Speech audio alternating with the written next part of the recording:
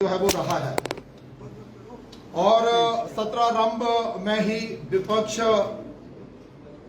का जो एक गठबंधन बना है, जिसे हम मंडिया गठबंधन के नाम से पुकारते हैं, उसका रवैया शुरू से ही ठीक नहीं रहा। और आपने देखा होगा कि मणिपुर में हुई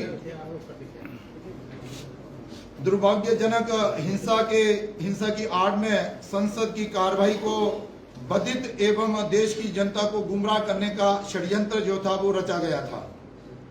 लेकिन उसके साथ साथ ही जैसे जैसे संसद का सत्र आगे बढ़ता गया तो लोकसभा में एक के बाद एक बहुत ही महत्वपूर्ण बिल जो थे वो पास हुए और कुछ 23 के करीब जो थे वो बिल पास हुए, विधेयक पास हुए और कुछ 20 के करीब विधेयक जो थे उनको पेश किया गया। कुछ विधेयक ऐसे थे जो बड़े महत्वपूर्ण थे, लोक हित के थे, उन पर चर्चा करवाना बहुत जरूरी था। लेकिन चर्चा ना करवाते हुए विपक्ष का जो रवैया था वो अड़ियल रवैया रहा। उन पर चर्चा ज्यादा विस्तार से नहीं हुई और फिर उन बिलों को पास कर दिया गया।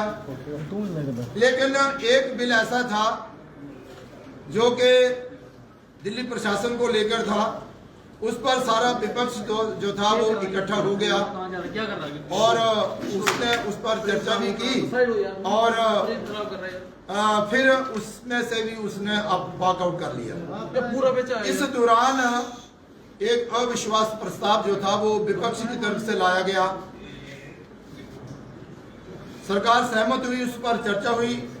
60 के करीब सांसदों ने उसमें भाग लिया, अपनी अपनी बात रखी और विपक्ष के सांसदों को भी उसमें अच्छा खासा मौका भी मिला और ज्यादा समय भी मिला।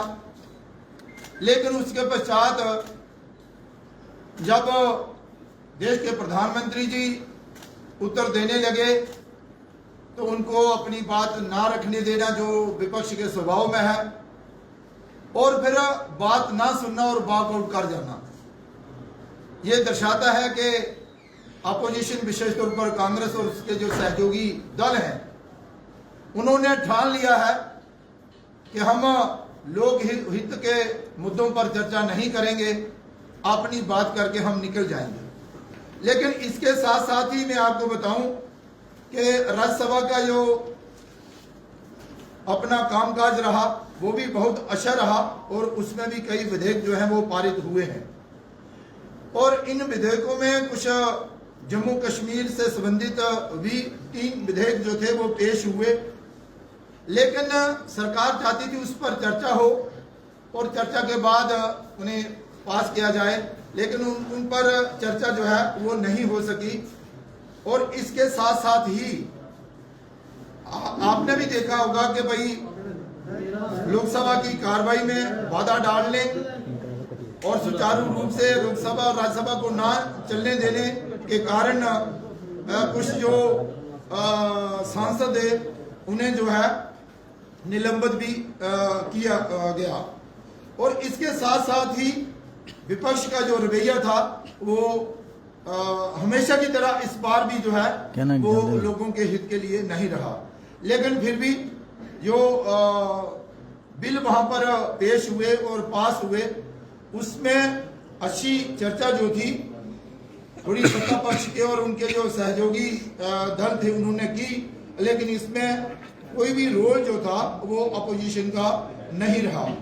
मेरा आपके माध्यम से इतना ही कहना है कि देखिए कांग्रेस ने कभी भी सत्ता पक्ष और विपक्ष में जो उसका रोल रहता है उसे नहीं निभाया और जो उसका एक दायित्व बनता है अपोजिशन में रहते हुए उसे भी ना निभाते हुए बस एक ही व्यक्ति को प्रमोट करने की इच्छा उनकी रहती है, जैसे तैसे भी हो बस उसे ही प्रमोट करते रहो। आम जनता के हित की कभी उन्होंने बात जो है वो नहीं की।